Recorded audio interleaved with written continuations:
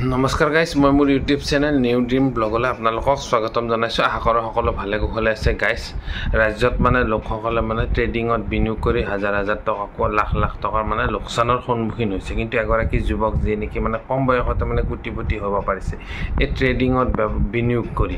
এই ট্ৰেডিংটো হ'ল এটা অনলাইন ব্যৱসায়। শ্বেয়াৰ মাৰ্কেটত পইচাসমূহ লগায় আৰু যেতিয়া প্ৰফিট হোৱা দেখা পায় তেতিয়া পইচাবিলাক উঠাই লয়। এনেদৰে লাভান্বিত হয়। এই ট্ৰেডিং এপটো সহজ নহয়, বহুতখিনি অধ্যয়নো লাগিব। এতিয়া কি হয়, এই স্বপ্ননীল ডেকা নামৰ এই শিৱসাগৰৰ এই যুৱকজনে প্ৰথমে এই ট্ৰেডিঙৰ তেওঁ সোমাই পৰিছিল। তেওঁ এগৰাকী পেছাত ইঞ্জিনিয়াৰ হয়, বহুত কম বয়সীয়া ল'ৰা আৰু বহুত টেলেণ্টেড ল'ৰাজন। তেওঁ অইলত চাকৰি কৰা বুলি জানিব পৰা গৈছিলে। এই ট্ৰেডিঙত সোমাই পৰি তেওঁ যেতিয়া লাভৱান হ'ল তেতিয়া তেওঁ এই চাকৰিটো তেওঁ ৰিজাইন দিলে। চাকৰিটো বাদ দি এই ট্ৰেডিঙত সোমাই পৰিল। আৰু ট্ৰেডিঙত যেতিয়া তেওঁ লাভৱান হ'ব ধৰিলে তেতিয়া তেওঁ মানুহবিলাকক এই লাভৱানৰ পথ এটা দেখুৱাই তেওঁ এখন ট্ৰেডিঙৰ অনলাইন ক্লাছ বা ট্ৰেডিঙৰ এখন ক্লাছ কৰা ইনষ্টিটিউট খুলি ল'লে। এই ট্ৰেডিঙৰ ওপৰত তেওঁ ক্লাছ দিয়ে আৰু ইয়াত জইনিং ফিজ থাকে। মিনিমাম 6,000ৰ পৰা আৰম্ভণি হয়। আৰু তেওঁ গ্ৰুপবিলাক আছে। এই মানুহবিলাকক এই গ্ৰুপবিলাকত কেনেদৰে লাভান্বিত হ'ব পাৰিব, এই গ্ৰুপবিলাকত তেওঁ ইনষ্ট্ৰাকশ্যন দিয়ে। এই স্বপ্ননীল ডেকা নামৰ এই যুৱকজনে যেতিয়া ট্ৰেডিঙত লাভৱান হ'ব ধৰিলে, তেওঁৰ ফটো ইনষ্টাগ্ৰাম, ফেচবুকত ইউটিউবত পাব ধৰিলে, তেতিয়া মানুহবিলাকো আগ্ৰহী হৈ পৰিল আৰু তেওঁৰ প্ৰতি। আৰু তেওঁৰ ইনষ্টিটিউটত এই ট্ৰেডিঙৰ ক্লাছ লোৱা আৰম্ভ কৰিলে। আৰু তেওঁ সেইমতে গ্ৰুপবিলাকত ইনষ্ট্ৰাকশ্যন দিয়ে ক'ত কেতিয়া পইচা লগাব লাগে। সেইমতে তেওঁ লগাই পইচাবিলাক মানুহবিলাকে, কিন্তু মানুহবিলাকৰ পইচাবিলাক গুচি যায়, শ্বেয়াৰ ডাউন হৈ যায়। তেওঁ কিন্তু লাভৱান হৈ থাকে। এইটো এটা বহুত এটা প্ৰশ্নৰ বিষয়।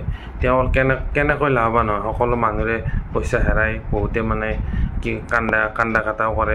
তেওঁ আজি 1 লাখ হেৰুৱালোঁ, 2 লাখ হেৰুৱালোঁ। মানুহবিলাকে লাভৰ আশাত এটা পইচাটো লগাই বহুতে লাভৱানো হৈছিলে।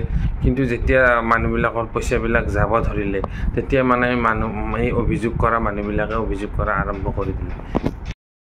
এই স্বপ্ননীল ডেকা নামৰ এই ট্ৰেডাৰজনে তেওঁ এটা নিৰ্দিষ্ট কোম্পানীতে পইচাটো লগোৱাৰ কাৰণে তেওঁৰ যিখিনি ষ্টুডেণ্ট আছে, তেওঁৰ যিবিলাক ক্লাছ আছে, গ্ৰুপ আছে, এই গ্ৰুপবিলাকত তেওঁ নিৰ্দেশ দিয়ে যে তেওঁ এলগো নামৰ এই কোম্পানীটোত তেওঁ লগাই। এলগো শ্বেয়াৰত লগাই যেতিয়া প্ৰফিট হয় তেতিয়া সকলোকে পইচাটো উলিয়াব কয়।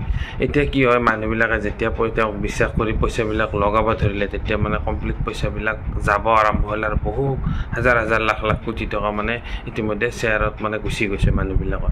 এতিয়া কি হয়, সকলোৰে পইচা গৈছে কিন্তু তেওঁ প্ৰফিটত আছে। তেওঁ বহুত কম বয়সতে বহুত কোটি টকা মালিক হৈ পৰিল। আৰু লগতে তেওঁৰ লগতে বিকাশ নামৰে এজনক আটক কৰিছে। তেওঁৰ লগতে তেওঁ এজন ট্ৰেডাৰ হয়, বিকাশ। আৰু বিকাশৰ লগত এই চুমি বৰা এক্ট্ৰেছ, অসমীয়া অভিনেত্ৰী চুমি বৰাও নামটো সাঙুৰ খাই পৰিছে। এই চুমি বৰা বৰ্তমান পলাতক হৈছে। এই চুমি বৰা এই ট্ৰেডিঙৰ জৰিয়তে বহুত টকাৰ সম্পত্তিৰ মালিক হৈ পৰিছে। এই চুমি বৰাই অলপতে বহুত এখন ব্যয়বহুল বিয়া পাতিছে, যি নেকি সাধাৰণ মানুহে এই বিয়াখন পাতিব নোৱাৰে। তেওঁ ক'ৰ পৰা আহিল ইমান টকা? এতিয়া বস্তুটো এটা প্ৰশ্নৰ বিষয় হৈ পৰিছে। এই ট্ৰেডিং কৰা কামটো সাধাৰণ মানুহৰ নহয়। এইটো ইয়াৰ ওপৰত বহুত বেছি নলেজ লাগিব, তেতিয়া লাভৱান হ'ব পাৰিব। এই স্বপ্ননীল ডেকা নামৰ এই ল'ৰাজন বহুত টেলেণ্টেড হয়। তেওঁ বহুত বস্তুটোৰ ওপৰত জ্ঞান আছে। সেই হিচাপে তেওঁ বহুত প্ৰফিট লাভ কৰিছে। আৰু পইচাটো তেওঁ যিমতে লগাব দিয়ে মানুহবিলাকে সেইমতে তেওঁক বিশ্বাস কৰি লগাইছে। যিহেতু আগত হয়তো তেওঁলোকে প্ৰফিট পাইছে। এতিয়া গোটেইখিনি পইচা যেতিয়া গুচি গ'ল তেতিয়া মানুহবিলাক সৰ্বক্লান্ত হৈ এতিয়া আৰক্ষীৰ ওচৰ চাপিছে। ইতিমধ্যে 20 জনক এৰেষ্ট কৰিছে। চুমি বৰা পলাতক হৈছে। আৰু এতিয়া ৰহস্যৰ বিষয়, তেওঁ এতিয়া ইতিমধ্যে পলাতক অৱস্থাতে আছে। এতিয়া যেতিয়া তেওঁ পুলিচৰ হাত লাগিব তেতিয়া গোটেইখিনি তথ্য আহিব।